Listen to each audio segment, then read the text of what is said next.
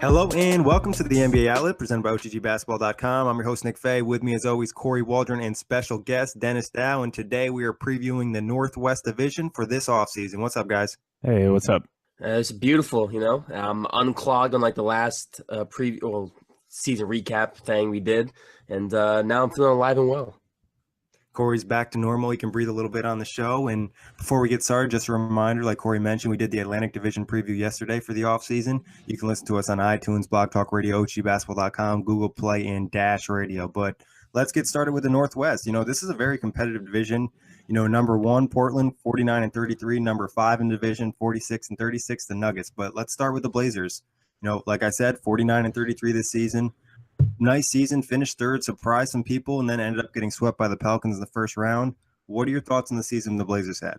I think you'd have to say they exceeded expectations, just because not only did they, win more games than a lot of people thought they would, they also were pretty elite defensively throughout the year, which just based on the roster, you'd think that was backwards.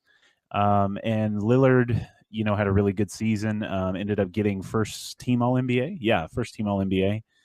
But the playoffs kind of, got rid of all that because they just got smashed by the Pelicans. So I feel like they're a team that's going into the offseason with a lot of questions and a lot of people expecting them to make a big move. Yeah, they definitely exceeded expectations. I don't think any of us predicted them to be a 3 seed in the West. They played phenomenal down the stretch in the second half. Lillard was, he put his name in the MVP conversation pretty much in mid-March or early March. And, the team was rocking and rolling between their two guards, McCollum and Lillard, big time. But, of course, got into the playoffs, and as we know, they got swept by a Pelicans team that really flourished near the end of the year after Boogie got hurt. But there's definitely room to be made. They need to make 1 or 2 moves, I think, to try and put them back over the hump. But I think it was a year that you can definitely look back on if you're a Blazers fan and say that was a step in the right direction. Does it have a Raptors feel to it in a sense that, they had a great regular season, then come playoff time, they just completely collapsed and got swept? Yes, but not. Go ahead, Dennis. Yeah, go ahead. Sorry. Oh, well, I would say just based on their, with the Raptors, I thought the Raptors were going to the finals this year. I really did. I never thought that for Portland. I think if Portland, sustains this and is able to, continue to win, exceed their expectations. You could say that, but I would say no at the outset. Yeah, I'm right there with you, Dennis. I think because of the expectation difference. We always expect the Raptors the last 3 years to be the ones to dethrone LeBron James. So they just get put on this kind of a pedestal. As for the Blazers, I don't know what we predicted them to be, but I don't think we had them higher than a 6 seed when we talked about them prior to last season. So I think for them, it's slightly different to have the expectations be slightly lower. Yeah, you never felt like they were one of the top 2 teams in the West either. You never felt like they could compete with Houston or Golden State. But moving on from there, looking at their cap situation, not a pretty situation there. Obviously, a lot of big contracts on the books. Joseph Nurkic is going to be a restricted free agent this year. Guaranteed right now with no changes. They already have $110 million locked up. So what are your thoughts on the cap situation for the Blazers? It's not good. They are basically locked into a team that got swept in the first round of the playoffs. I think the good thing, though, is that because of the cap situation for the NBA this season and the fact that not a lot of teams have space, they might be able to, convince Nurkic to take something shorter term and something that might not, I don't think they're going to be offering him $20 million a year, but something short term that will give them a little more flexibility. And they also have to re-sign Ed Davis, who's a free agent, who was a big part of their team. But, the thing is, though, I wouldn't say that it's a bad situation, though, because, you can move McCollum. Like, he is a player that you could move. And compared to other players in the league, like, yes, he's signed through 2021 and he's going to be making $29 million that year.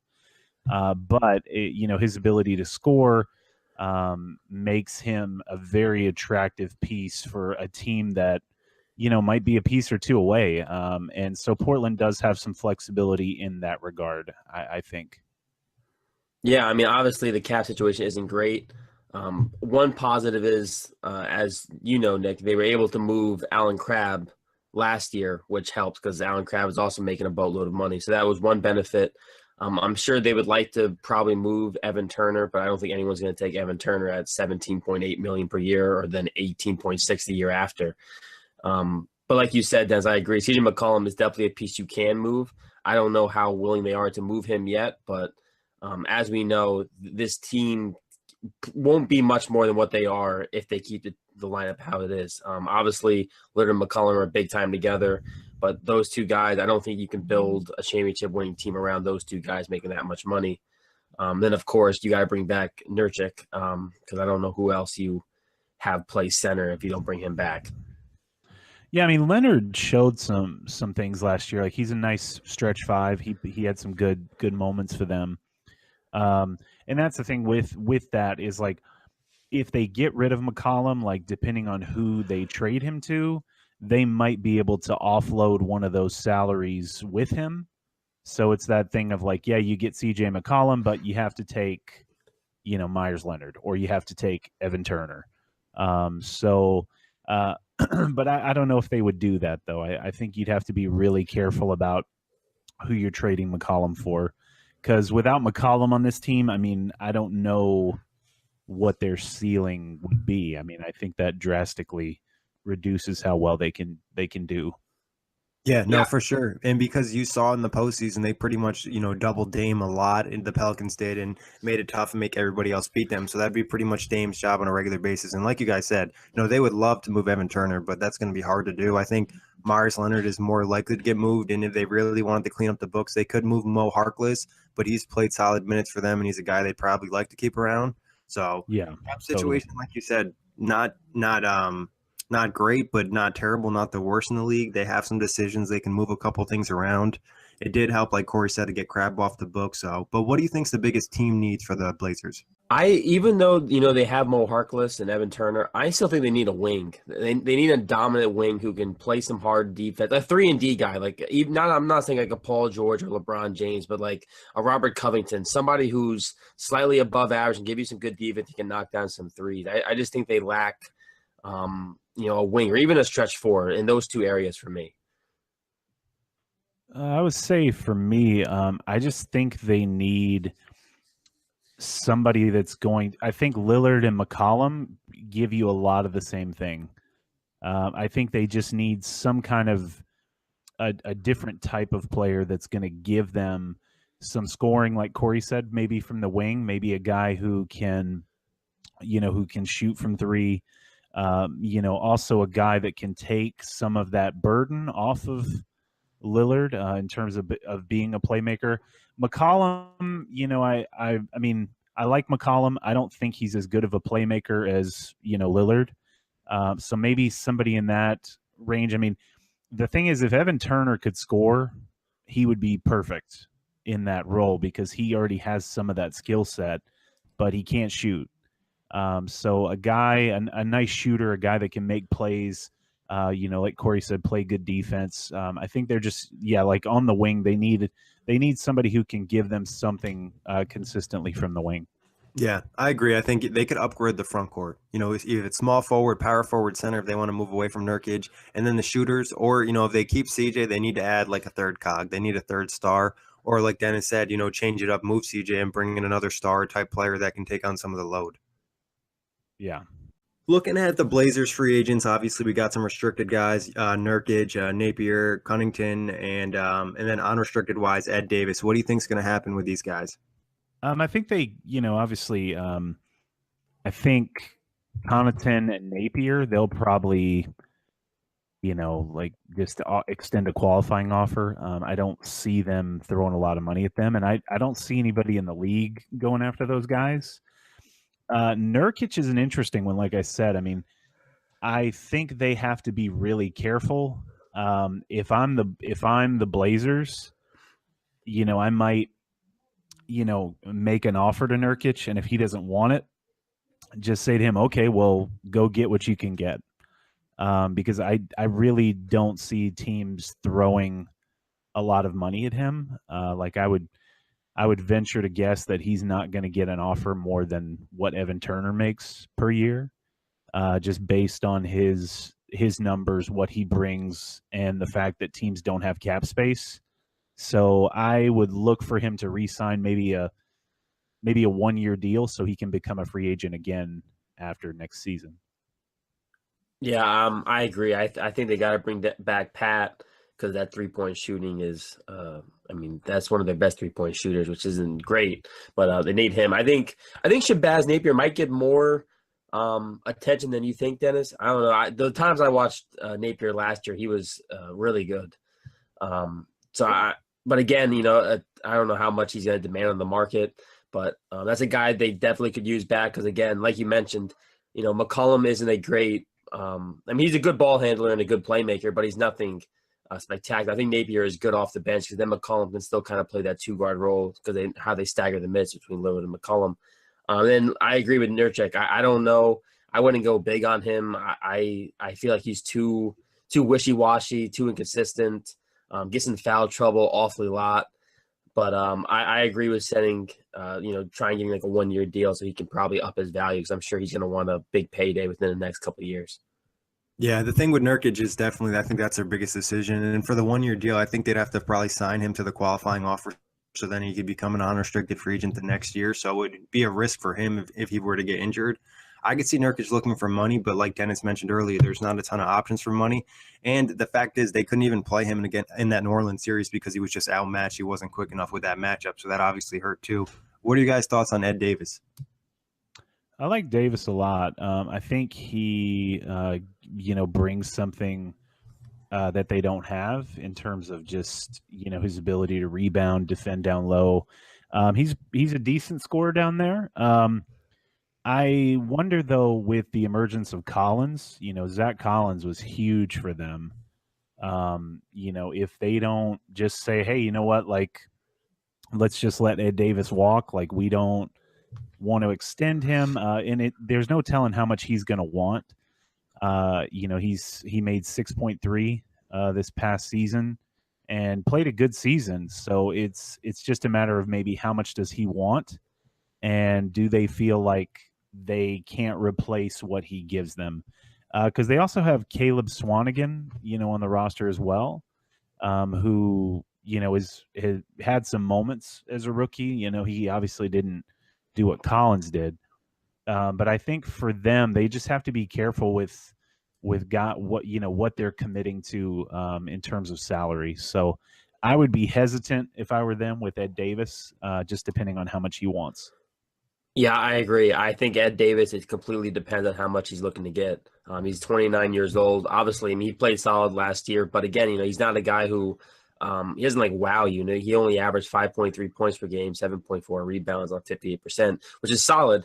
But he's more just like a high energy rebounding type of guy. He's decent down low. But as we see the game evolve, I wouldn't want to put, like Dennis mentioned, a good deal of money into this guy who really, I don't know how much he actually impacts the win-loss for the Blazers. I think Ed Davis is a guy that could get some attention around the league, just being one of those solid bigs off the bench, like you mentioned, 7 rebounds a game. That's pretty impressive coming in. And go ahead. Sorry. And like you mentioned, Dennis, too, Zach Collins coming up, I think it gives the Blazers some flexibility where they're like, all right, if he wants a little bit more money or someone's going to offer him a longer deal. And like you mentioned also, Dennis, they're going to probably look for more short-term deals, because when all these contracts get up, they're going to have cap space for the first time in a long time, and they're not going to want to mess that up. Yeah, no, just with Davis, I just looked this up. I mean, he's a really good finisher at the rim in that sense. He was 67% last season, which is pretty good. So he does give them something. I mean, like I said, I like Davis as a player, but I don't think I could see giving him $10 million a year if that's what he wants. Especially when you have Nurkic coming up as well. Yeah. I think Davis will probably get a lot less just because that contract was probably closer to when the cap inflated. So he's probably looking at a lower number. And like I said, I think he's like a perfect bench big. I don't know how much money he's going to get offered, but I'm sure there's going to be a couple teams interested. But moving on to trade-wise, we already talked a little bit possibility moving CJ McCollum. What do you think are some other trade possibilities for the Blazers? I mean, I think go ahead, Dennis. No, go ahead. I keep messing up the rotation. I said you go first, and I keep dumping in. You're good, man. When you're looking at the roster, right? So you got 3 guys who are tradable in my eyes: McCollum, Harkless, and then if you wanted to move, like a Zach Collins or a Myles Leonard, you might be able to because they're still young. But I think Harkless you could trade if you really wanted to. Maybe you could pair him with an Evan Turner to go after. I don't know. Like I keep thinking Courtney Lee is a perfect fit for Portland because I think he just gives a little bit more shooting. He can play defense. Because I think Portland, the big thing with Portland, especially with Terry Stott's system, is he likes guys who can play defense and they can actually do a lot of switching. So I think Courtney Lee is the kind of guy who can guard, 1 through 3. I would say. I think he can guard some point guards. So I would look at a trade package maybe for Courtney Lee. But I mean, outside of that, it's tough because I don't know what people see Harkless and Leonard and if anyone wants that Evan Turner contract. Yeah, I mean, just like you said, I think the asset that you move, if you don't move McCollum, is you try to move Turner. Unfortunately, if you want to move Turner, you're probably going to have to attach a first-round pick to it, which, the Blazers have all their picks. I just looked it up. So, you could probably, I don't know, contact a team that has that cap space that isn't looking to win, next year and, tell them, hey, we got this first-round pick. All you have to do is take Evan Turner, which, if you're a team that's not thinking you're gonna do much, you've got 2 years, 17.8 this year, 18.6 next year. And then he's off your books and you get a first-round pick. So, but I think, though, for Portland, I don't know if they would do that because, they're capped out. So even if they get rid of his contract with Nurkic and Napier, Connaughton, Ed Davis, with those 4 guys, they're probably going to make up, that money. So it's not like they're going to be able to go out and get another free agent. So I would venture to guess that if they don't make a move for McCollum, they probably don't make any moves. Yeah, the Turner thing is interesting. I mean, I think people might ask for more than a first-round pick. Because right now, because you got 17 and then 18, and then like we mentioned, Turner's not that great right now. I think it'd be easier to maybe move Myers Leonard or Mo Harkless. I think Harkless actually has some value, and if you really were getting desperate and money-wise, I think you could move Aminu, but you probably want to keep him. And the one thing, maybe if, even if they don't move it to open up cap space, I'm sure they want to stay out of that luxury tax. And if they do bring back Nurkic and some of those guys, that's going to get really close to that number. So I think they're almost guaranteed to do some type of salary dump. They have pick, I think, number 24. So it's going to be interesting to see if they can, what type of value that has, if they can get rid of 2 bad contracts, maybe take a smaller bad contract back. I'm just thinking right now, maybe they look to go towards a team like Orlando. Maybe they go after a guy like Vuvacek and Fournier, and they package Turner with a pick or something. Like, obviously, I just throw that out there. I don't even know how feasible that is. There actually was a rumor last year that the Blazers were interested in Fournier. Right. I mean, he would be. He could play small forward for them if they wanted him to. He can shoot, obviously, and score. And who knows what Orlando's doing, because they never make any sense between roster decisions, coaching decisions. They don't make any sense. So it would make sense for Orlando to pick up a first-round pick too if they were, trying to get in this deal too. Sure. The other thing I'd say too is just with the cap situation, if there is a team that wants Nurkic that badly, they could look to try and sign and trade with for Nurkic. In terms of, depending on what they get back. But if they're able to do that, that could bring them, bring in something for them. I'm not sure who would be that interested in Nurkic, but, I mean, he has a unique skill set, and he plays pretty good defense. Like Corey said, he is a little inconsistent, but if you're able to flip him for some guys you can use, and based on where the NBA is, I think based on what you saw from Zach Collins last season, I feel like the Blazers would be more comfortable making that move. But who knows? Yeah, the Nurkic and his skill set isn't obviously ideal for the NBA right now. Like I mentioned, that Pelican series, they pretty much took him off the floor because he wasn't quick enough to defend anybody. So the thing with Nurkic is, like, do they really want to keep him? If they could move him, I think they'd be happy if they could get something back. It doesn't even have to be a great return, just a little bit. But target-wise, what do you guys think they're going to go free agent-wise? Free agent? I don't think they can really go get anybody, honestly. I mean, they could stay with what they have, but I mean, CJ McCollum tweeting aside, I mean, like I don't really see a path for them to get any big time free agents. In terms of, I'm not sure what their situation is with their. I'm trying to find if they're mid-level exceptions or.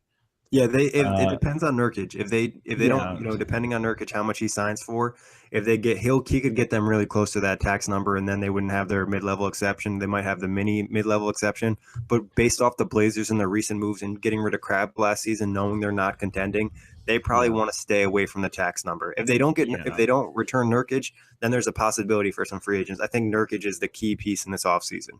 Yeah, it looks like they're the mid-level. They would be in the taxpayer mid-level, so 5.2. Just depending on if you can convince a guy to, to join the team. I mean, you got Lillard in place, McCollum's there.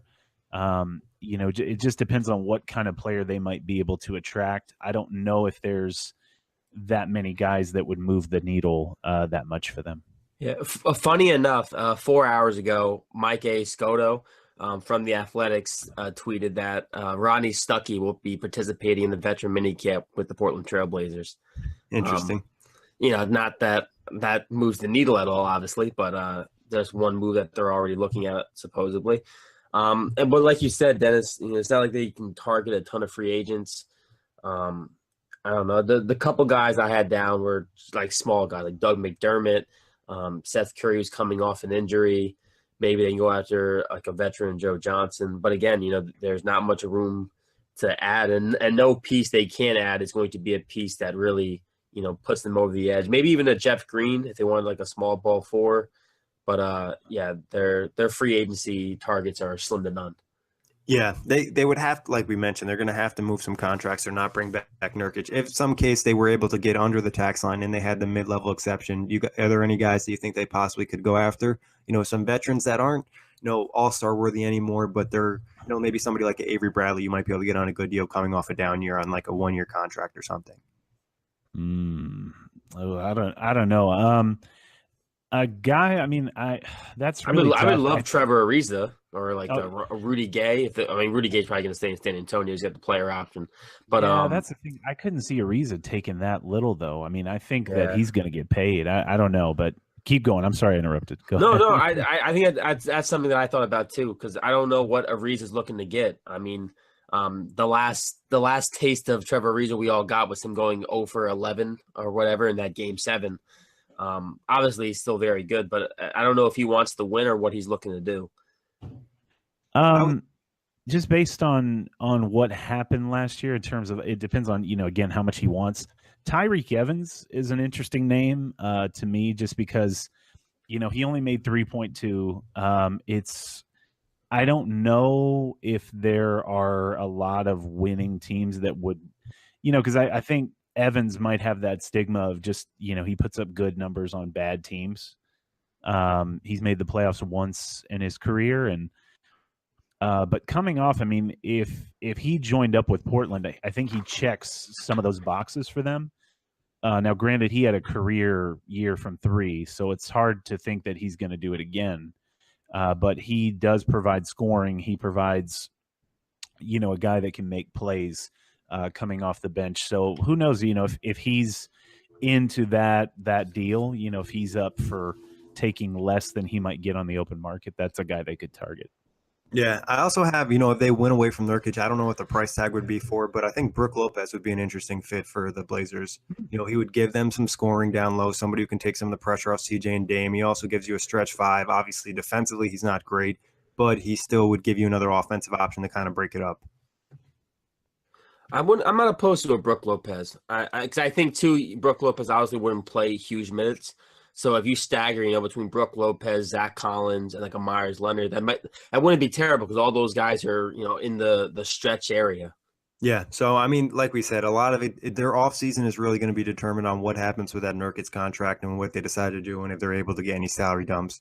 But moving on from there, we're talking Oklahoma City Thunder, 48-34 last season. They made the playoffs. They lost in the first round, and it felt just, for a 48-win team, it felt like a really disappointing season.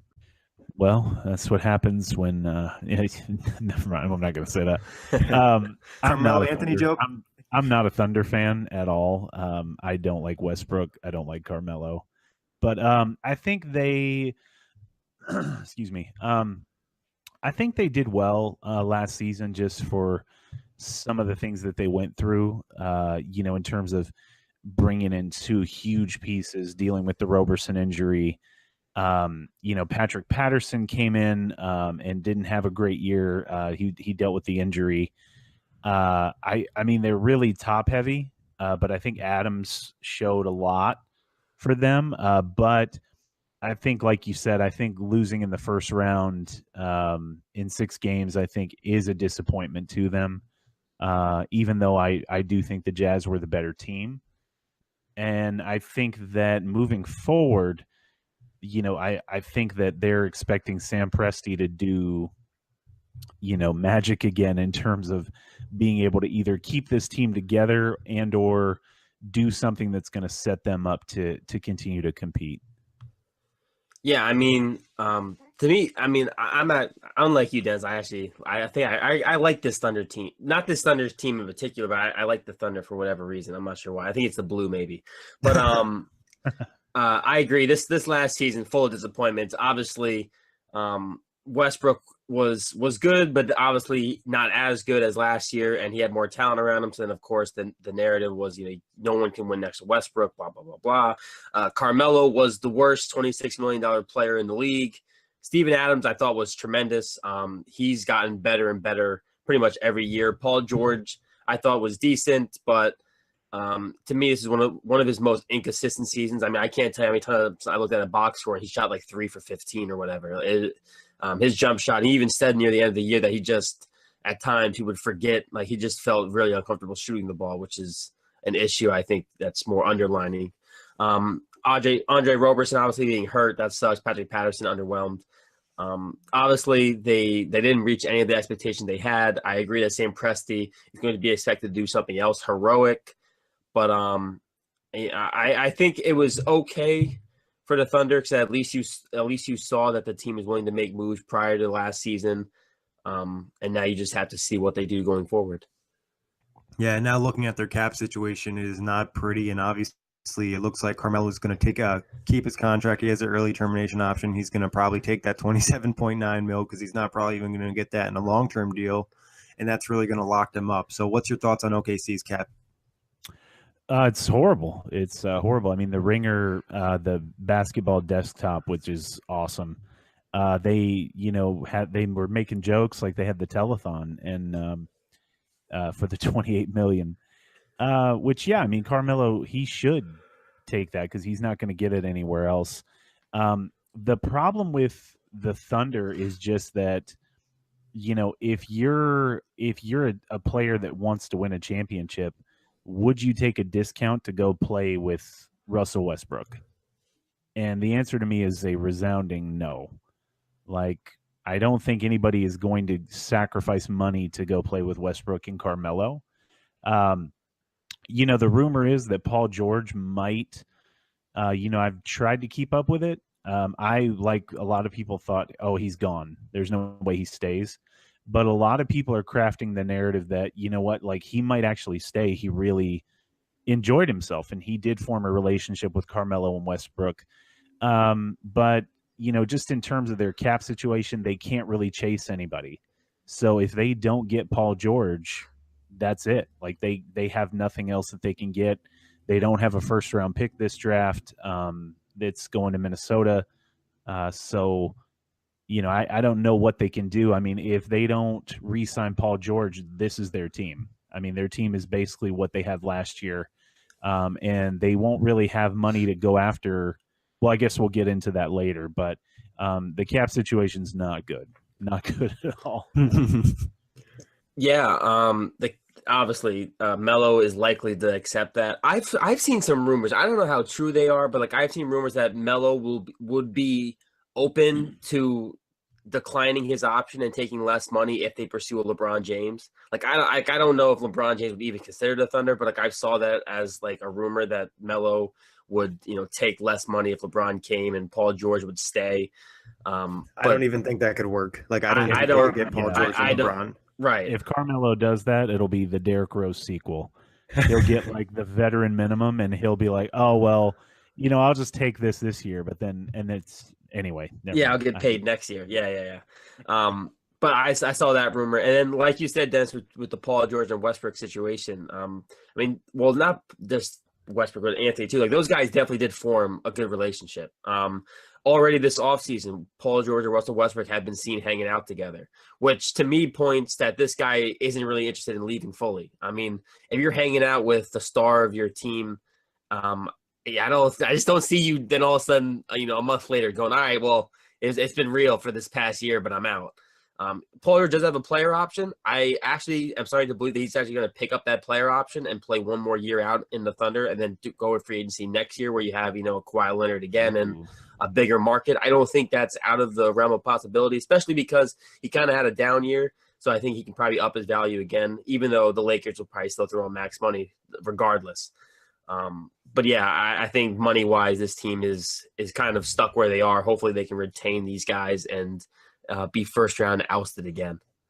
I believe. Just to cut in real quick, I'm sorry. I would also just say like something I neglected to mention is just that with Roberson's injury, I think there could be a part of Paul George that says, you know what, like if Roberson didn't get hurt, if he doesn't get hurt, like we're out of the first round and we're into the second round and anything could happen. So there's reason I think for them to be confident in some ways. I mean, I think they could say that to themselves, that if Roberson's healthy, we run the table, like we're able to win, like we're able to do all the things that we need to do. I mean, I think that's false, but I think that's the thing is that teams can talk themselves into the fact that, hey, if this didn't happen, we would have been right there. I can see that for sure. Because if you think about it, like against the Jazz, Roberson would have been guarding Donovan Mitchell the entire series. And I'm not saying Mitchell wouldn't have scored as much as he did and wouldn't have been as successful. But here, the Thunder, you can definitely make the case. Well, if we had our best defender, then Donovan Mitchell probably doesn't toast us, for 38 points in a game 6. Sure, yeah. Totally. Yeah, I think that's a great point. I think the one thing also to consider, though, if they were to keep Melo and Paul George, their cap number would be crazy. They'd be definitely far in the luxury tax. If they just kept them, if Paul George picked up the player option, I think they'd be at $137 million. And then if he were to take the max contract, they'd be in the 140s. So I think regardless, if Paul George were to come back, I wouldn't be surprised if they still kind of try to buy out Melo or stretch him or something. Because also, if you guys remember at the end of the postseason, there was rumors coming out that, Melo wasn't great in the locker room and things just weren't great with that whole situation. He also came out and talked about Billy Donovan not using him right and all that. So, and also OKC has been putting out their marketing stuff and they haven't included Melo in anything. Oh, nice. Oh, I didn't know that one either. Yeah. Oh. Yeah. Yeah. There's been talk about it was like, moving forward with Westbrook, Paul George, and Adams, and no mention of Melo. Yeah, and that's the thing too. Is I saw the controversy where like they covered it up pretty quickly, but like where somebody said something like Steven Adams was the third best player on the Thunder, and like Steven Adams liked it or something, and he wasn't wrong. He said it was a mistake, but. But I think that's the other part is that the things Melo has said after the season, like that gives me so much worry, just because, it's him basically saying like, I'm still a superstar. I'm still a guy that needs to get shots. I'm a guy that needs to get the ball. And, the thing is, like, and that's what I hate. Like, when I say Carmelo Anthony's not good, like, let me clarify. Like, he's a great basketball player. Like, he could go to any gym in the world, and in a pickup game, he's going to dominate. But in the NBA, like, if you want to win games, like, you're not going to play Carmelo Anthony a lot of minutes. Like, you just can't. And I think that, like, with him coming out and just doubling down and saying, you know what, like, we lost in the first round, so that to me says that I need to be more involved and we won't lose. So that's an interesting chemistry thing for next season, just because, depending on how forceful Melo wants to be in terms of asserting his will in the offense, mixed with Westbrook, who is always, in that same mode. I just don't know. I mean, I could see that situation deteriorating where Oklahoma City is, maybe doesn't start out great and maybe goes through the same thing they went through this year. Yeah, I mean, just thinking about too, this is a little bit off topic, backtracking about how, like, Portland really wanted Carmelo. Man, they're lucky they didn't get Melo, huh? Houston too. Even though I think he might have been better in Houston for whatever reason, just because of how the ball moves in Houston, I feel like he might have been slightly better. But I don't think yeah. So. Yeah, I agree though with you, Des, on the fact that Hoodie Melo belongs in just the pickup games, and that doesn't translate to the NBA. I forgot what the original question was, to be honest with you. But yeah, Melo is so talented, and, like, he's like I said, he's a great basketball player. But his problem is, and this is a problem for a lot of NBA players, and I think some of it is also you need to be super confident to be in the NBA. They don't understand their place in the NBA. Melo in his head still thinks he's one of these top scorers, but really he just needs to be a complementary player in the system. Well, here's the thing: is I'm going to reach deep down, and I'm going to try to give Melo a compliment. I'm going to try. Like, he is the type of player that, like, at the end of a game, when like in the switching, like everything we just saw in the finals, in the Western Conference Finals, Melo is a guy that in the right matchup, like, he can score, but the fact that he's not great on defense, he doesn't always try, the fact that you could see him, he had no interest in banging down low with the Utah Jazz. And the fact that some of Oklahoma City's best basketball during that series was when he was on the bench. I mean, like, Carmelo could still be useful in the league. I just think for the role that the Thunder want to play with him, I just think that he doesn't fit that role, and he doesn't want to fit in that role. Yeah. But at the end of games, like, yeah, I mean, he could be your guy. Like, you could give him the ball, clear everybody out, and the offense, the shot that he's going to get you, it's going to be a better shot than a lot of guys would be able to get for you. Yeah, and I think a lot of it is, like you mentioned, the defensive effort and the overall effort on the floor. If he was able to do the small things where he's not consistently scoring, but he's, putting in the effort defensively, banging down low, would help and make it a lot easier to play him, but he doesn't do that. But moving on to team needs, obviously I think the biggest need here is Paul George to come back. I don't think there's really much other than that. They need Paul George to come back, maybe add some veteran minimum guys and with some shooting bigs or something, but I think the main thing is PG. Yeah, I'll agree with that. Paul George and then just shooters. I think this team lacks the three-point shooting needed around a guy like Westbrook. There's a lot of driving kicks. I think Paul George obviously is the first component that's needed. I mean, team needs wise, I think the roster is decent. But I think what they really need is they need somebody that can talk some sense into Russell Westbrook. Like, that's what they need.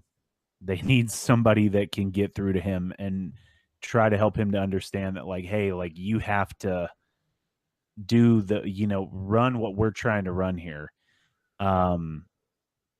Because you could see it, and that's the thing is, just with the earlier point about Carmelo, is that Westbrook in the end of games, like, he's just taking the ball and going. So I think that in terms of shooters, they've got Abrinas, they've got Patterson. Paul George was a good shooter if they're able to re-sign him. You've got some guys that fill those needs. They've got Adams who can rebound and who's really good. I think you just need to convince some of these guys on the team that their best game would the best version of the team would be better served if some of the guys would change their games. Because Westbrook's a great player, but he absolutely kills the Thunder at certain parts of games and in the playoffs. Those pull-up threes, especially late in the game, they really kill. And I think Patrick Patterson, you mentioned him, he's a guy who just needs to play better. I think last year was very disappointing. I think maybe he came back from injury a little bit too soon. So, but team free agent-wise, obviously Grant is a free agent, Raymond Felton, Corey Brewer, Hustis, that's unrestricted free agents. What are your thoughts on those guys? Are they going to be able to bring any of those guys back? I don't think they're going to be able to bring back Grant. If I'm a team with any kind of cap space, I'm going after Grant. Like, I think he could be a elite rim protector for a team. And he's not that great of a shooter, but he's got enough of a touch where you can keep defenses honest. I love Jeremy Grant. Like, I'm a really big fan of his, and I just don't think the Thunder can afford to lose him, but they can't afford to keep him. So it's kind of one of these things where I think he's gone. I don't think they're able to keep him. So, I mean, I think if Corey Brewer wants to come back for cheap, like the veteran minimum, I think he maybe comes back, especially because him and Billy Donovan, obviously, they've had a relationship since Florida, where they've won 2 national titles in college. So I feel like Corey Brewer kind of wants to spend the rest of his career in Oklahoma City Thunder. I think he played really well when they signed him. He was great for them. Yeah. Yeah. He played really hard. He runs in transition. It's the perfect kind. It cuts a lot. Perfect kind of guy to play alongside Westbrook. Dad Bod Felton, if he's interested in coming back for a veteran minimum, I think he comes back. And I agree with you on Jeremy Grant. Since his Syracuse days, I've loved him. I actually think the best lineup for the Thunder would have been a Westbrook, Roberson, Paul George, Jeremy Grant, and then Steven Adams lineup. I think that 5, because of their length and defensive ability, I think that 5 is really good. But of course, you have the Carmelo Anthony situation. And then of course Paul George, does he re-sign or whatever? I think it really depends. I actually think he's going to come back personally still. And then who knows? Maybe LeBron calls Melo and says, "Let's team up somewhere," and Melo just opts out and leaves, and a lot of the issues and concerns are gone. That would be the best case scenario for OKC if they could get Melo to opt out. If LeBron did that for them, maybe they just say, "Here, LeBron, take a first-round pick wherever you go," because that's a huge salary dump for us, and that's changing the game. And I agree. I think Grant's a guy that they love to keep, but they're literally just limited in the sense that they will be so deep in the luxury tax if they keep him that it wouldn't be worth it. He'll get $10 million. He'll get $10 million somewhere. I almost guarantee it. Yeah, and in terms of Heistis, I think they could probably keep him. I really don't see any teams that would be interested in him. So my guess would be that they sign him for super cheap and keep him. Felton's an interesting one, though. He was great for them, but I don't know if there are teams that are going to give him more than the veteran minimum. So if that's the case, they could totally bring him back. Yeah, I think they should be able to bring back Felton for the minimum. He seems to like it there, and he fits the role pretty well. He's been pretty good in OKC. Talking trades, is there really any trades on the table for this team? Maybe they try to dump some salary, but there's really the guys that they could dump. They kind of need them, other than Melo. Trade Westbrook. I mean, I'm telling you, man. Just call rumors of it. Call the Lakers. Call them. Tell them you want everything, and I bet they would do it. Well, I think if you're going to trade with the Lakers, you're going to do a sign and trade for Paul George. If you're going to trade with the Lakers, I'm assuming Paul George is the guy involved in that situation. Tell him to take Westbrook too. I mean, Westbrook has LA ties, so I guess it wouldn't be. Oh man, maybe that's why Paul George and Westbrook are hanging out, right? They're planning an escape to LA. Damn that. Yeah, I mean, but that's the thing is, like Corey just said, a sign and trade with George would be the way to go, especially if they know he's leaving. And if it is the Lakers, I'm sure the Lakers would love to be able to get rid of some salary in order to, have more room for possible other guys coming in. And that would give Oklahoma City something. because that's the thing, if they lose Paul George for nothing, it's a big hit to them, just because they cannot replace him. Like, they can't afford to replace him. So Yeah, no, I think it would be a big hit. And also the thing Yeah. with that too is they do a sign and trade. They don't really want to take money back unless it's somebody who can instantly help them. And obviously the contract that LA wants to get rid of is Luol Deng. And I'm sure OKC does not want to take that on. I think, if they're doing the sign and trade, they're hoping to either get a draft pick in the future or maybe one of the young guys. But it's hard to say because it's a sign and trade, and it's not like they have to give up a ton unless it's a sign and trade that helps them get, they need to do the sign and trade because they're trying to get LeBron or something like that. I wouldn't be surprised if Brandon Ingram though was involved. No, that'd be a lot to give up. I think they have really high hopes from Ingram and just in a sign and trade, unless it means, if it was just for Paul George, if you're just adding Paul George to the Lakers, they have the cap space. So there's really no point in doing the sign and trade. If it's in a situation where they need to add LeBron or, another cog and there's somebody else in a bigger free agency picture, then yeah, maybe they're willing to give up a bigger asset. But I think just for Paul George, like in a sign and trade, when you have the cap space, it wouldn't make much sense. Yeah, I mean, the Lakers do have the space, so why would the Lakers help the Thunder in that case? So I don't know. I mean, Abrinas is an interesting player, just because, I really like Abrinas, and it just seems that Billy Donovan refuses to play him meaningful minutes. But yeah, I don't really see any other guys they could trade. I mean, Adams would be untouchable if it were me, and I'm not sure teams would. I don't know if you're getting much for Andre Roberson. Yeah, I don't think they have a ton of, Roberson probably has value around the league, but you're not going to get, as much back when you trade him. In terms of, go ahead, Corey. Especially after 2 knee injuries, I think his value is probably down, especially when you have, consistent knee injuries. It's kind of, to me, I think his value has to be lower than expected, especially after how the season ended. And his shooting is obviously terrible, and his free throw shooting is even worse. So it's like, it's like his defense might be worse now too. So it's tough for him. Targets free agency wise, obviously we know they're probably going to be cap strapped, and they're probably going to have veteran minimum to deal with. It may be the mini MLE, but it's highly unlikely. That Melo contract is going to really screw their cap up. Yeah. Like we said earlier, I just think that guys they can get for the veteran minimum.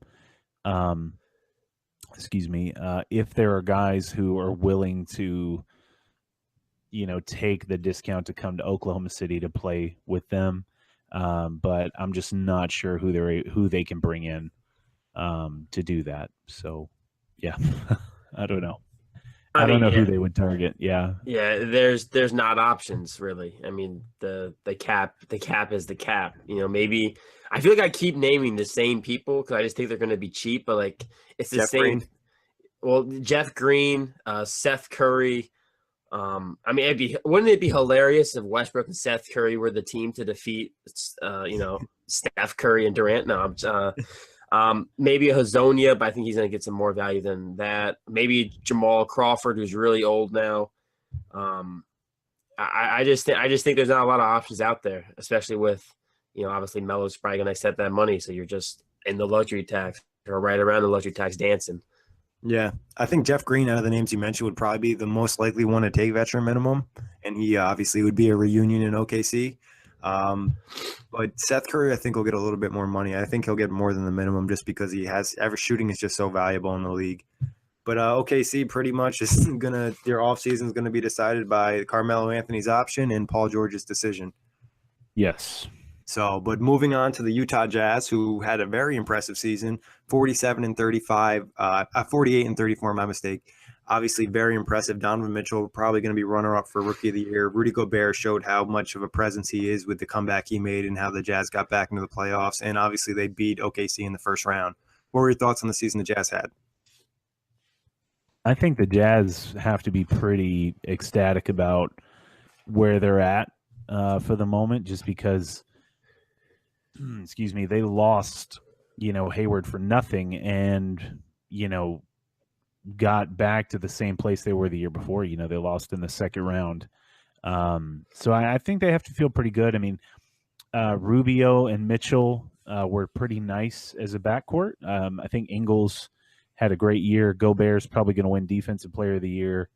And, they've just got guys that can play. And the other part is like they're they have a lot of salaries that are non-guaranteed that they can get rid of pretty easily. And they could have some cap space to make a run, at another player. So they've got, things are looking good for the Jazz. I mean, phenomenal year. Definitely, you forget that Gordon Hayward played there just a year ago. It felt like he's been gone for years with how this team responded last year. Obviously, they found a diamond in the rough in Donovan Mitchell, and now you got him through 2021, 2022, basically. The cap, I love the cap, like you mentioned, Dennis. Everybody's on really friendly deals. Whether or not they bring back Derek Favors this offseason, we'll talk about more. But they played really well. They showed up against the Thunder. I think they really turned heads in that series because I feel like the Jazz just don't get watched a lot.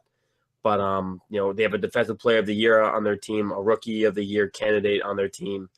Joe Ingles, to me, I wouldn't be surprised if he won like a Most Improved at some point in his career because that guy, he looks like some random average Joe who just walked in the gym and like decided to lace him up and play. But this team's a lot of fun to watch. And I actually really like where they sit right now. Yeah, Joe Ingles looks like that dude from The Office. But moving on to the cap situation, like you guys mentioned. Which one? Toby. Yeah, Flenderson. Toby Flenderson. I think Jazz fans were like requesting Toby, I don't know his real actor name, coming to the game and like sitting courtside. But you guys mentioned the cap space. They're obviously in a great situation. And like you also mentioned, Dennis, a lot of non-guaranteed contracts. So they could really open up space if they wanted to. Great job by the Jazz's front office to set them up in the situation they're in. Yeah, but the thing is with some of those guys, like, I couldn't see getting rid of, like Royce O'Neal. He was big for them.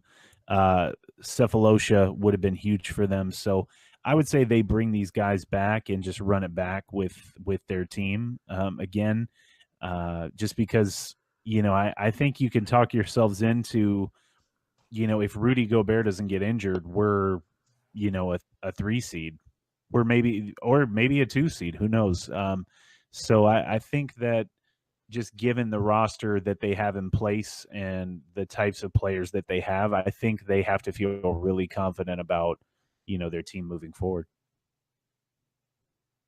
Yeah, I mean, I think Jay Crowder, too, was a nice midseason addition. Obviously, he struggled in Cleveland. He wasn't spectacular in Utah, but Jay Crowder is for sure a system type of player. And when there's a system in place, he seems to play better. He looked a lot better under Quinn Snyder. And we haven't even said, but shout out to Quinn Snyder. That guy is a tremendous head coach.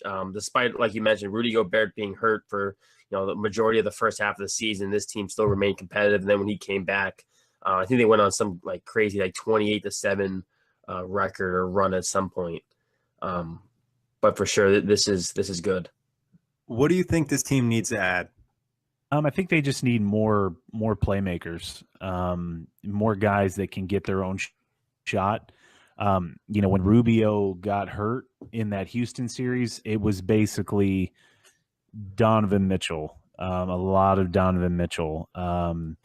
Ingles, as good as he is, he has a hard time if you're relying on him to get his own shot. Whereas, relying on Crowder as well too much to get his own shot. So I just think they need, more guys that can create offense for them. If they can get guys that can score, their defense can hold teams pretty low. So I would say that, they just have to get some more scoring. Yeah, I'm right there with you, Dennis. I think they need like a number 1 or a number 2 scoring option. Depends on where you want Donovan Mitchell to be, but they definitely need someone who can take the load off his shoulders. And then I wouldn't mind seeing them get a stretch 4. I know Derek Favors is really good, and they do play some small ball with Jay Crowder at the 4 and Jerebko. But I would like to see them get like a true stretch 4, somebody who can actually stretch the long ball. Because I think this team is really well built. They just have a couple positions I think they can be just upgraded.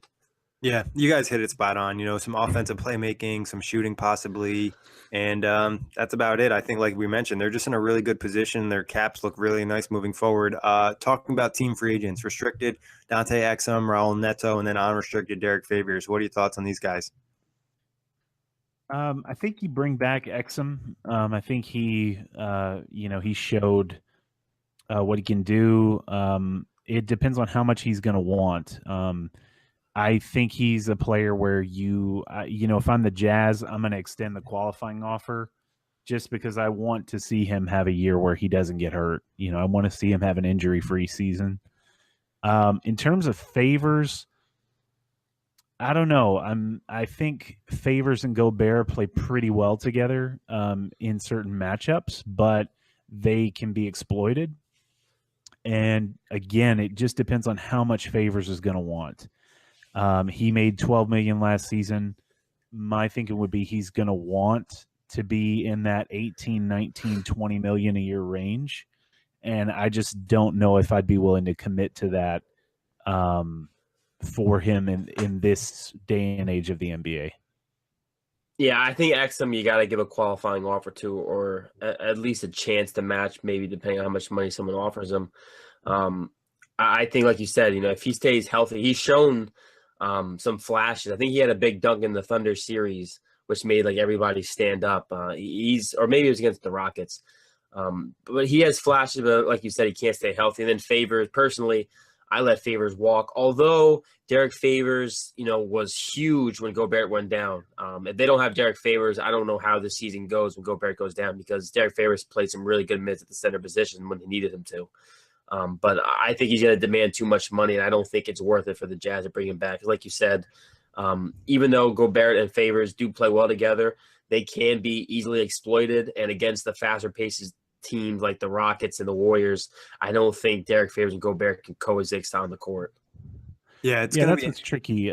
Sorry to cut you off there. Just to say that, yeah, that's the weird thing is that you could make an argument without Derek Favors, they don't beat the Thunder, just because of what he was able to do to the Thunder. But at the same token, in that Rocket series, they could not play them together. So it's that thing of where do you see the team going? Do you feel like you can compete with the Rockets and the Warriors? If so, like you said, Corey, I'd probably let him walk. Yeah, I think the thing for Favors is going to be, is it convenient to keep him? What type of money does he get? Obviously, teams are going to be pretty cap strapped, so they might be able to get him on a good deal and just keep him around, because it's not like they have a ton of great bigs on this roster. And Exum, I'm definitely keeping him. I think he showed enough defensively in that Houston series. He did a good job on James Harden a couple times. It makes you kind of excited if he can stay healthy, what he can do. Trade-wise, though, what are you thinking for the Jazz? Anything? I think that no, I couldn't see the Jazz trading anybody. I think they're locked into the guys that they have. I think the front office is very careful about what they do. They've got the 21st pick in the draft, so they might be able to add another quality player. Alec Burks is an interesting player, just because if I'm the Jazz, I'm probably feeling like I can be okay without him. So based on the playoffs that he had, I'm thinking they might be able to get something for him. So that could be a potential piece for them to move. They do have some good contracts, though. So, if there was a team that wanted to offload some salary, the Jazz might be able to get a pick and, in exchange, maybe give them Jerebko, Cephalosha. They're able to get out of those deals in terms of non-guaranteed and cut some cap. So the Jazz are a team that could take on salary, but I just don't see them making any moves. Trade wise, I don't see anyone they'd want to move. Yeah, I think they pretty much stay intact with this roster outside of trades. Yeah, I think the Jazz are kind of hard to gauge in a sense where they could have a trade up their sleeve, but we wouldn't really know about it because they don't really show their hand. They also are they're big on internal development, so it kind of would make sense to just keep this team. Target wise, who do you think they go after in free agency? Man, this is a tough one. Scoring, I know I'm going to beat Corey to it. Seth Curry. No, but Curry's a player that I think would work out for them, just because although he's not a great defender, he is a system type player. He'd have no problem, I think, playing off ball from Mitchell. He is an elite shooter. So if you're replacing, if you're giving him some of Rubio's minutes, I think that makes the Jazz a little more formidable. Also I could see the Jazz maybe going after, guys that are, they're just the type of team to me that scream like they can take anybody and make them into a useful player. I think Snyder's a great coach. So, I maybe player, the Philadelphia guys, Ilyasova or Bellinelli, those are two guys that could also help them in terms of just being able to shoot and space the floor for them. Ilyasova to me is like, if the Jazz want to play big, like Ilyasova is a guy that I would go after just because he is a guy who can stretch the floor. He rebounds, he defends. He's not the quickest, but, he plays hard and he is a good shooter from deep. Yeah. Right there with Steph Curry. I'm right there with you. I think Curry's right there. I'm going to save what I found out earlier this morning for my last point. But there's a couple guys I think they could pursue. I think Will Barton's a possibility depending on how much money he's going to want. I think Tyreke Evans would be a perfect fit for the Utah Jazz because he can give them an extra ball handler, an extra playmaker. And I do like, Marcus Smart as well. I think Marcus Smart would fit the culture, hard-nosed defensive guy. I think if they wanted to add a little bit more to the bench. But this morning I read a report that Donovan Mitchell is going to go hard press at trying to recruit Paul George to come to Utah. So I don't know how successful that will be, but Donovan Mitchell plans on trying to go after the second biggest free agent this offseason. Well, that was the thing that a lot of people mentioned in the series, and I remember reading that as the Jazz were doing pretty well, as they were saying like, gosh, like Paul George would be perfect for the Jazz and that he's the guy that can fit into their system. But when it comes time for them, where they need buckets, they need a guy to take over the offense, like he can do that, alongside Mitchell. So that would be an interesting one in my estimation. If you put Paul George onto the Jazz, I mean, that's a pretty good team. Yeah, no, that's a good team too. And defensively, obviously, Paul George, it's obviously just being in Utah, which hurts the Jazz. It's hard to attract free agents. I have a hard time seeing Paul George if he has the option, if he's going to leave. I feel like he's going to go to a big time city or, trying to get that money, or probably just stay in OKC. I like Will Barton. I think that's some instant offensive pop. Like Dennis mentioned, Mario Hezonja would be a guy because they've done a great job kind of fitting anybody in and making them better. I think he'd be a guy that could benefit. You guys mentioned Seth Curry. Avery Bradley would be another guy. Wayne Ellington, Trevor Ariza, my guy Joe Harris, I think would fit good. I think they have a lot of different options, and you really don't know, and they have the cap to kind of be flexible as well. So there's not really a free agent they couldn't go after if they didn't want to make the move. If they don't sign favors or they don't sign Exum back, they have plenty of money to kind of make a splash. Yeah, definitely. All right, moving on to our next team, the Minnesota Timberwolves. 47-35, up and down the season. Obviously, Jimmy Butler being injured late in the season kind of really hurt them. Thibbs is probably on the hot seat. They made the playoffs on the last day of the season. What's your thoughts on the T-Wolves?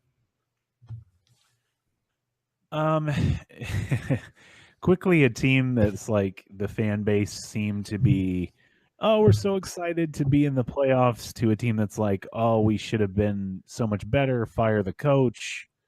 There's talk that Karl Anthony Towns might want to be traded. It's kind of a mess. Like, I would say that everything from their season, the success they had, has been kind of wiped away just due to what's happened so far in the offseason for them. I mean, they played a 7-man rotation throughout the entire season, basically. We saw Jimmy Butler get hurt and then come back and be pretty much like 60% of what he is. He didn't look comfortable in that Houston series. Didn't want to be aggressive scoring at all. And like you mentioned, Thibbs is on the hot seat.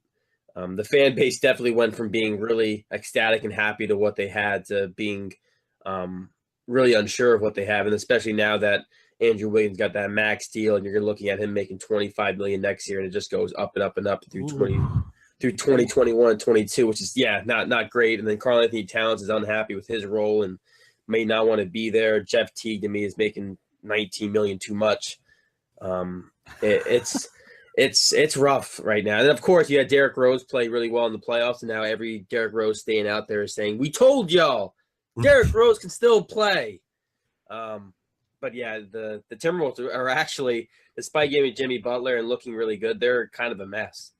Yeah, their roster fit obviously isn't great. With their depth isn't really there either. Talking about their cap situation, they're over. They have a couple options. They could cut Cole Aldridge, but any move they make, they have to be a little bit wary because, like we mentioned, Karl-Anthony Towns, if they don't trade him, which would be the stupidest move you could probably make, they have to sign him next year to a max contract, which is going to be big. So every move they make, they have to kind of do it with looking ahead.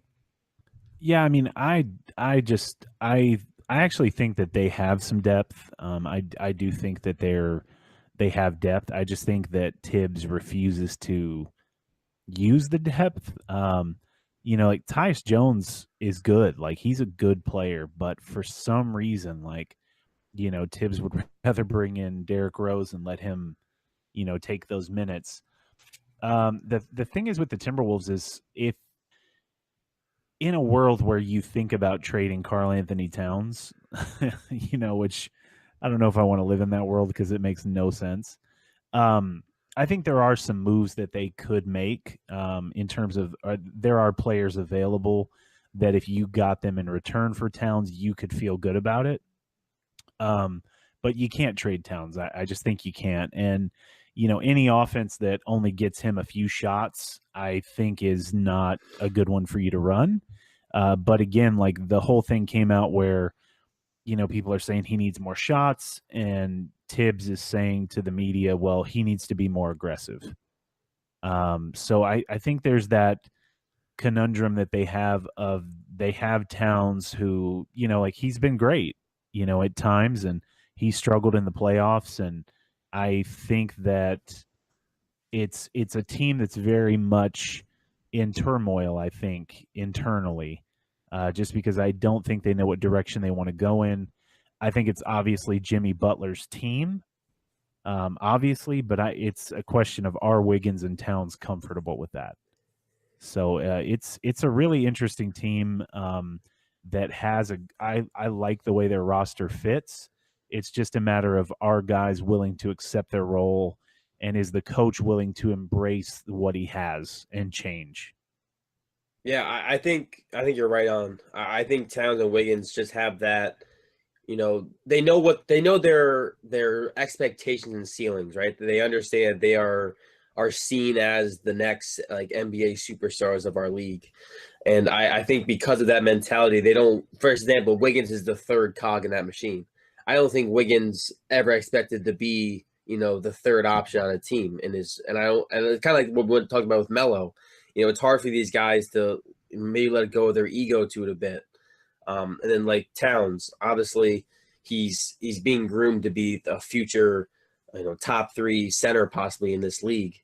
But I agree too. I do not trade Karl-Anthony Towns. I trade Wiggins before I trade Towns. I probably even trade Jimmy Butler before I trade Karl-Anthony Towns, just because of how young Towns is and what he can be. But I don't know. I don't know if I agree with the roster. I do agree that they have more depth than what they play, but I don't know if it's great depth. I mean, they do have, like Tyus Jones did show some nice moments. Jamal Crawford's just too old. I don't even know if I can say his name. Nemanja Bjelica. I know his name's Belichick. Nemanja and Tyus Jones. Those are the guys I was more referring to. Gorgie Jang's okay, but yeah, keep going. Sorry to. Yeah, Gorgie. The only thing with Gorgie Jang that bothers me is the fact he's gonna be making $15 million next season. His contract is trash. So much. Yeah, he makes so much money. Like that's absurd. And then $17 million in 2020, 2021, and that's just, and then that just. Looking ahead in that same year, Wiggins will be making $29 million. So have fun with that. But yeah, it's just, I don't know. It's just a weird fit of players. It kind of just looks like Thibbs really wanted to bring back the old school Bulls by bringing back Taz and Butler and Derrick Rose, who I actually expect him to re-sign. Yeah, it's just the roster.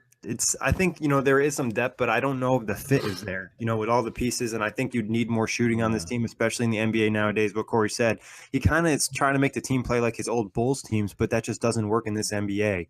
But looking at the team needs, what do you guys think they need to add this offseason? I mean, they just. I mean, in all honesty, I don't think they need to add anything. I think that they need Tibbs to have the same thing that happened to Dwayne Casey happened to Tibbs, where he just says, you know what, like what I'm doing isn't working. I'm going to change and I'm going to do it this way. Just because, I mean, if you look at the starting five, like Jimmy Butler, Jeff Teague, Wiggins, Gibson, Towns, like that's a pretty good starting five. And the thing is, like, the Wolves don't have a lot of time to figure this out. Jimmy Butler has a player option, in 2019, 2020. So he's essentially a free agent, after this season. And, if things don't go well, like, he's going to leave. I mean, if things don't go well, why would you stay? Why would you stay there and continue to struggle? So they've got to figure it out and figure it out quickly because – the risk is that they alienate Butler and they alienate Towns, who would be a restricted free agent in 2019, 2020. Yeah, I agree that that it definitely you don't want to ruin what you have with Jimmy Butler and Towns by making or giving them a reason to leave. You want to give them the biggest reason to stay. The only team needs for me is 3-point shooting. And 3-point shooting anywheres, really. This team was one of the worst at 3-point shooting. So that'd be the one. I mean, Andrew Wiggins was like your third best 3-point shooter, and the guy's not a good 3-point shooter. So I would just address that. I don't care where you get shooters from, just bring in more shooters.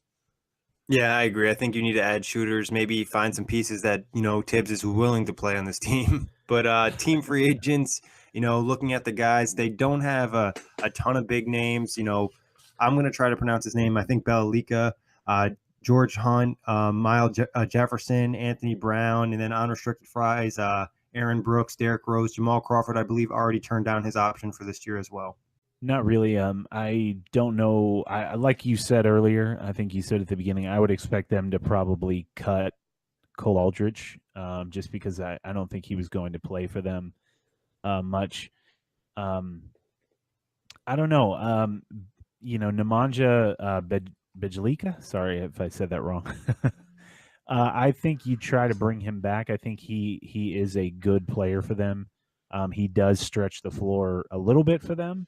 When Tibbs gives him minutes.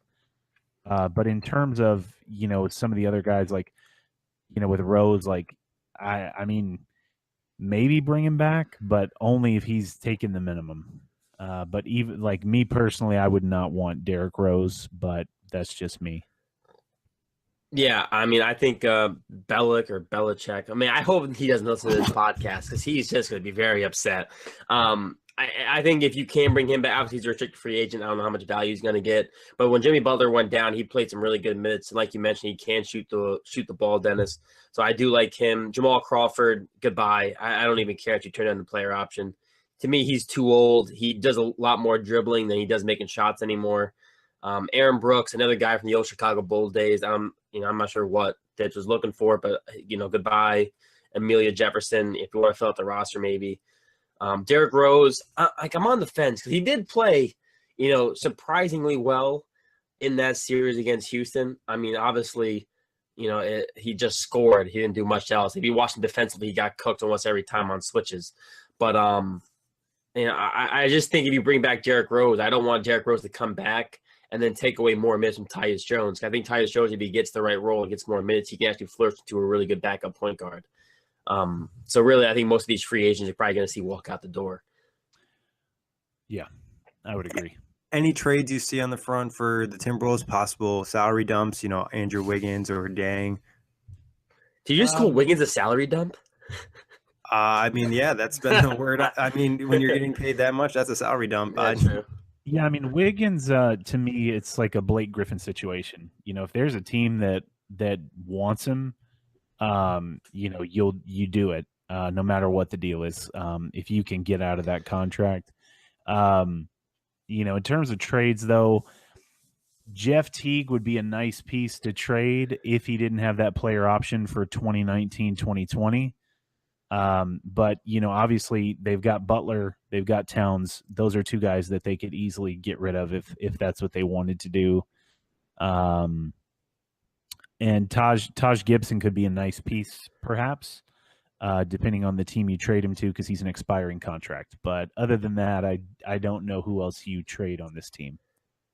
Yeah, I mean, I think if someone wants to take Andrew Wiggins, I just open the door and I let them sit down. I give them a steak dinner, a glass of wine. I really spoil them if someone wants Wiggins. Aside from that, maybe they can package, Tyus Jones and Gorgie Dang to somebody who's willing to take on some salary. But there's really not a lot of trade moves they can make, aside from maybe if you want to really, get rid of Towns or Butler. But I think you're playing with fire if you risk, because if things go really bad after you trade one of those guys, then, the ownership is going to look very bad. So you got to be careful with that. Yeah, I don't think you could afford to trade Towns or Butler in any situation. It just wouldn't make sense. And I don't even know how you could trade Andrew Wiggins. Looking at him and, even if you were to think best case scenario in 21-22, you're paying him $31 million. And I don't think any of us see him as a second best player unless he really changed his game. And like we mentioned, some of it is just the mental aspect of where he sees himself in the NBA. He's never changed from college. Oh, sorry. Yeah, he's never changed. He's always been inconsistent. He's just, you see flash and you go, wow, this guy can be really good. And the next game, he puts to like 8 points and you're like, oh, this guy's, really lackluster. What do you guys think in terms of? Oh, go ahead, Dennis. Sorry to cut you off. Oh, sorry. No, I just think with Wiggins, it's the DeMar DeRozan problem. It's that, the offense that he's trying to get, those shots. It's not great basketball in terms of the best way to succeed. And that's the thing is like he's not as good as DeRozan in terms of scoring. If he had a 3-point shot, I think that makes him better, but it's not, it's not easy to just get those. You got to work on it and you've got to improve over time. And that's the thing is, come 2021, excuse me, Wiggins might be a top 5 player in the league. I mean, is there anybody that would feel 100% confident that wouldn't be the case? I mean, you never know. Guys can make jumps. It's definitely a risk, and it's a heavy risk. But free agent target wise, where do you think the Timberwolves go? Well, should I name drop the same guys? Anyone who can shoot. So maybe a Doug McDermott. Maybe they try Seth Curry. The issue with me is I think like anybody that the Timberwolves look to bring in, even if they're shooters, if they don't play defense, quotation marks around the defense, because most of the guys they have don't play defense anyways. I just don't know if Thibbs will play them or trust them. But for me, like you just have to have shooting. They were one of the worst 3-point shooting teams in the league, and you're just not going to have success in today's NBA if you can't shoot, above average from 3. Well, any free agent that they pursue has to have played for Thibbs before. So based on that, Marco Bellinelli. I was going to say that Marco Bellinelli in Chicago. He's a great shooter. He's a guy that can make plays. He is not a great defensive player, but he can jump into a scheme and play. He's a guy that I think would do well for them and give them that shooting. And then other than that, the issue is no matter what guys they pursue, I don't see them changing their starting 5. And it's a matter of, if you're a free agent that's, looking to improve your career, improve your situation, and you're going to be a bench player, would you say, well, I'm going to come off the bench for the Timberwolves? Just because there's no guarantee you're going to get minutes. Yeah, that's a very good case. I mean, like you guys mentioned, it would have to be a Thibbs type player. So maybe somebody like Avery Bradley, maybe a Rodney Hood would work in a situation like this. Danny Green, if he chose to opt out. Ersan Ilyasova, I think, would be a nice fit as well.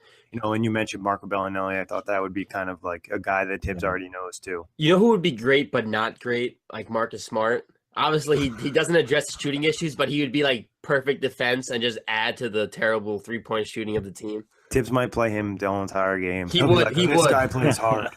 Jeff Teague will become a 6th man if Marcus Smart gets signed. Yeah, but moving on to the last team in the division here, the Denver Nuggets.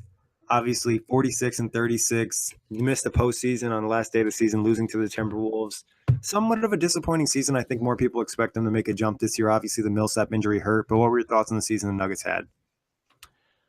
I think they have to feel pretty good about it. I think they, just like I said with the Thunder, I think the Nuggets can talk themselves into, if Paul Millsap doesn't get hurt, we're in the playoffs, comfortably.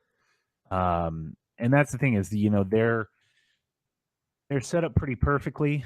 The best players on their team are not making big money for another year at least before they have to deal with Jokic. That's probably going to happen this year. Oh yeah, sorry, I got mixed up there. So they have one more year of Jamal Murray at a nice price. They're going to have to pay Jokic. They've already got Millsap under contract, so I think they have to feel pretty good about their team moving forward. I mean, they have a nice team at the moment. They have a nice young nucleus, which a lot of teams, in the league have to be jealous of. They've got three young guys that, that guys that aren't selfish, guys that pass the ball, guys that seem to care about winning. And they just have to find the pieces to surround them. Yeah, I mean, first off, shout out to the Northwest Division because all of these teams were basically playoff teams. So that's nice to see from a division that's really stacked in talent, or at least close in talent. But I agree. I think if Paul Millsap is healthy for the duration of the year, we're having a much different talk about the Denver Nuggets. They might be a playoff team. I still think Mike Malone has some stuff to prove. I'm not positive that he's the right head coach for this team yet. But like you said, cap wise, you're extremely happy. Jamal Murray is still under contract for the duration of the next 3 years. Oh, well, he has a team option at the end of 2019, 2020. Do you expect him to pick up the team option, obviously? Gary Harris obviously got paid, so now he's going to be making $16 million, then 17 and up on there. But, a very young team, like you mentioned. I wouldn't be surprised if we see Kenneth Faried moved this year. They've been trying to move, it feels like, every year, and no one really bites on them. But I feel like this is going to be the year they actually really try to move him. I think Devin Harris was nice his first year in Denver. I mean, like you said, Nikola Jokic is going to get paid. Shout out to Tyler Lydon. He's from me and Nick's hometown, Dutchess County. So shout out to Tyler Lydon. He didn't play this year, maybe in the future. 845 repping. Cap situation though, like you guys mentioned, Jokic, they're going to probably turn down the team option, extend him, and then they're going to pretty much need to get rid of Faried and his 13.7, which is essentially 14 mil, to kind of keep them under the luxury tax, because there's a good chance Wilson Chandler and Darrell Arthur pick up their options, and they're going to be in a deep cap situation, especially with Jokic taking a huge jump going from 1 to 20 plus. But that's the thing, though, is that Millsap deal, the team option they have, they can, as much as I would hate to get rid of Paul Millsap, you can, if they need that relief, but it's only 1 more year. So I like their roster going forward. Like Corey said, I think you need to do something with Kenneth Faried. I think it's time. And, like I said, though, I mean, Gary Harris is on a good contract. Like, even if he stays the player he is now, I would not feel bad about paying him $20 million a year. I think Trey Lyles is a nice piece going forward for them. And, Plumlee's deal, he's only got 2 more years left at 12 and 14, which again, just like with Gary Harris, I don't mind paying Mason Plumlee that much. Yeah, I mean, I think Mason Plumlee's solid.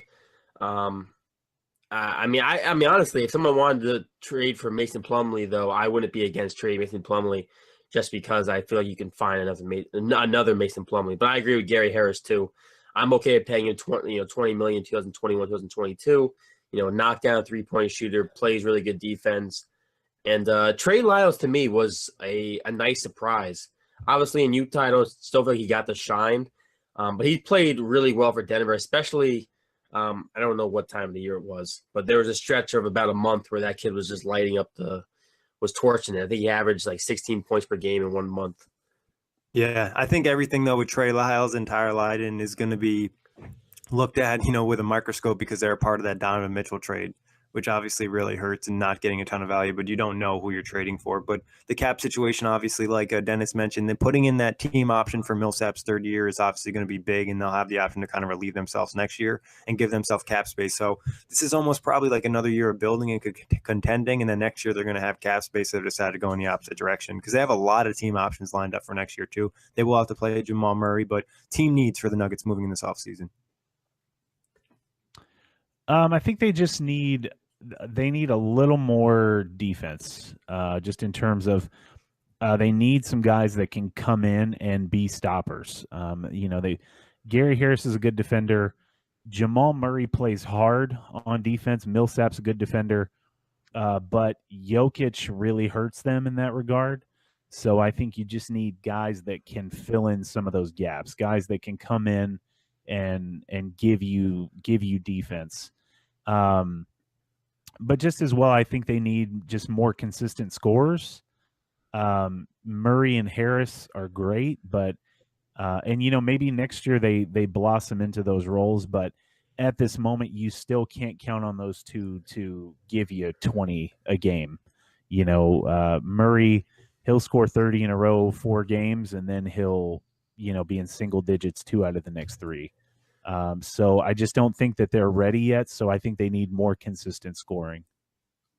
Yeah, for me, I'm looking at the wing. No disrespect to Wilson Chandler, but he's on the back 9 of his career, and he took a huge step back this past year. I agree. They need just a little bit more defense.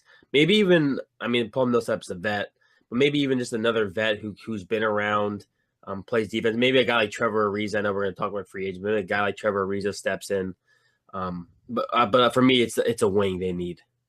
Yeah, I think defense obviously is an issue. They need probably a backup point guard if they don't retain Devin Harris or somebody more of a true point guard, and then small forward. They have a whole bunch of like shooting guards and power forwards and bigs, but they don't really have any small forwards or point guards. So I think adding to that would help. Free agent wise, obviously we mentioned Wilson Chandler, Darrell Arthur, player options, unrestricted free agents, Devin Harris, Will Barton. So what do you guys think is going to happen with these guys? And Richard Jefferson, my mistake. Shout out Richard Jefferson, my bad. I think Harris played really well for them, but I don't think you want to pay him that much. I think if he wants to come back for the vet minimum, I'd definitely keep him. Will Barton is a guy, I don't think he comes back to the Nuggets because I think he's made it clear that he wants to be a starter. And I just don't think the Nuggets can guarantee him that he's going to have that role for them. Yeah, I'm right there with you. I think Chandler and Arthur pick up their player options. I think Devin Harris wants to come back. You bring him. Same with Richard Jefferson. If Harris and Richard Jefferson, if they want to come back for the vet men, I'll let them come back. I think Will Barton's gone. I know a lot of Denver Nuggets writers and stuff who they're kind of over Will Barton to a degree. He gets tunnel vision on offense. And then, near the end of the season, he was pretty much just sold on wanting to be a starter and wanting big-time money this offseason. So I don't think either one of those things fitted with the Nuggets timeline. Yeah, especially if they're not able to move Fareed, which they should be able to because they've been willing to move the 14th pick with him. But, I think Will Barton, a lot of the money situation, if they can get him on a deal that they like, they'll probably keep him. But if not, it's going to be long gone. Trade-wise, what do you think happens for Denver? Obviously, we mentioned dumping Fareed in that contract and probably pairing him with a 14th pick to get rid of that. I think that's the only real player I could see them moving. I don't know if they really want to, with Trey Lyles and Juancho. I think those are two guys that are pretty similar players in some regard, and I don't think you're playing both of them, so they could look to move one of those guys. If you're looking to move. I just don't see many teams that are interested in Mason Plumlee, so probably not. Wilson Chandler could be an interesting piece. I'm not sure, again, if there are teams that would want to take him on, but I do like what Chandler brings to the table. I think he's a solid player. The only trades I can really think of, obviously, they are based around Fareed. I think the Orlando Magic may have interest. Obviously, if you're offering up the 14th pick in the draft, then maybe you package Fareed and the pick for maybe an Evan Fournier or a combination of Jonathan Simmons and Actually, probably just do it for Evan Fournier if they really want to Probably move him. Simmons would make more sense because I think they wouldn't want Fournier's contract back. But if they get Simmons, who's a lesser deal, I think that'd make a lot of sense. Right, and he has shown that he can be an offensive threat, especially the last couple of years. And he fits a small forward need, and he adds defense. It would be a pretty good move right there. There's obviously been a lot of talk about the Nets in Denver possibly making a deal, moving that 14th pick and Fareed to the Nets for the 29th pick and no player. And then there's also been talk about a bigger deal where they move Fareed in the 14th pick and then maybe something else, and they get back Spencer Dinwiddie. Not bad. So that'd be an option. What do you guys think in terms of free agent targets? Not a ton of money because they're probably going to extend Jokic, but they'll still have something probably to work with if they move Fareed or they move around the books a little bit. Just in terms of what we talked about, you know, with Gary Harris, I think he has the ability to possibly play up a little bit, which that brings like a guy like Avery Bradley. But you know, I think Bradley's going to want more than they might be able to offer.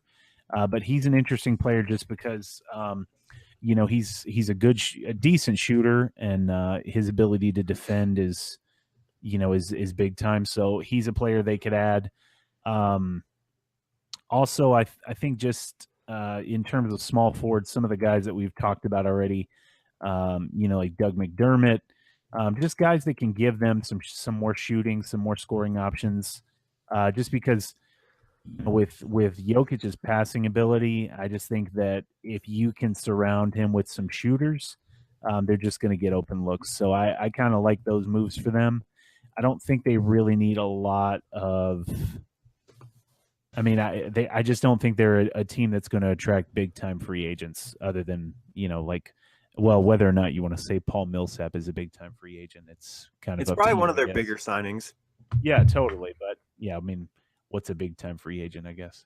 Yeah, I agree. I think Avery Bradley would be kind of perfect. I think you can play Gary Harris up. A guy I look at is like Rodney Hood. Obviously, Rodney Hood had a rough stint with Cleveland and the playoff turmoil and whatnot. But I do think he's not going to be getting any big-time money this offseason. I'm not sure if the Cavs will bring him back on the restricted deal. But he is a restricted free agent, so I don't know if they're going to give him money. But I think that would be a guy who fits in pretty well with Denver. He gives him a little bit more defense. He can shoot the ball. Well, he's shown he can shoot the ball. We don't know if he can shoot. But then like a Wayne Ellington, maybe just some shooters aside from those two guys. I wouldn't be surprised if they also added a point guard. I think they wouldn't mind playing Jamal Murray a little bit at the two. You know, if they looked at a guy on the cheap like Elfrid Payton, you know, obviously bring some defense. Fred VanVleet would be a guy I think that could fit well with this team. Obviously, money's going to be a thing. Even somebody like Tony Parker, if he would decided to leave San Antonio, which has been mentioned a couple times. Also, like what Corey said, Rodney Hood, you know, McBuckets is obviously an option too. But I think most of them, this is kind of similar to the Jazz, where I think they'll focus more on their squad, and then maybe in the following year they might add more players because they do have some nice books moving forward. But go ahead, Dennis. I like what the Nuggets have. I think they're a team that if they are able to make smart moves, I mean, I think they're going to be a good team for years to come. Yeah, they set themselves up nicely. Obviously, when you have Jamal Murray and Jokic, you're in a good position to win. But that wraps it up. Oh, whoa, it doesn't wrap it up, Nick. You're forgetting the best segment. Yes.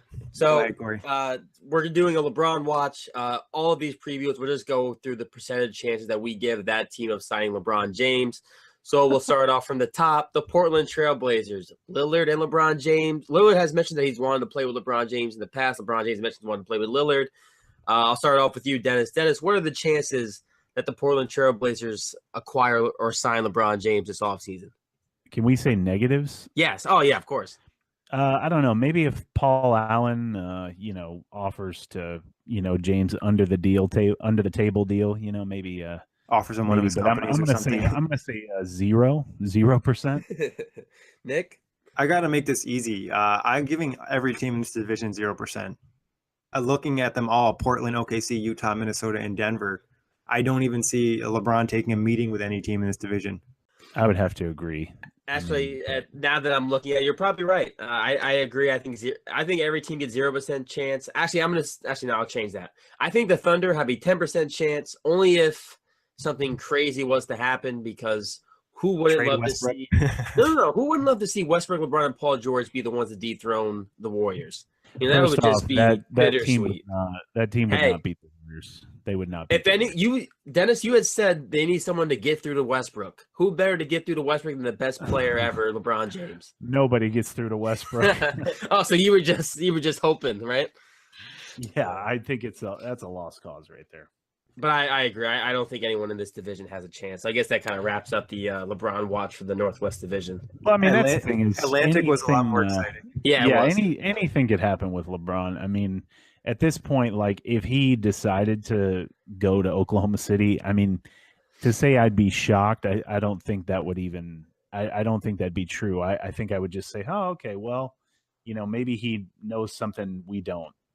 So I would be shocked. I would be shocked. The only team, I think, if you look at these teams, technically, like the Utah Jazz and the Nuggets make sense. They make Utah would be not like terrible. I feel like LeBron James would really elevate everyone on that team. They'd be a contender for sure. They would be maybe they could compete with the Warriors with that team. Because of the defense, the defense possibilities, and then you got Gobert and LeBron would just be able to get a lot, and he wouldn't have like a Kyrie Irving, but Donovan Mitchell can kind of score to the same degree as a Kyrie Irving.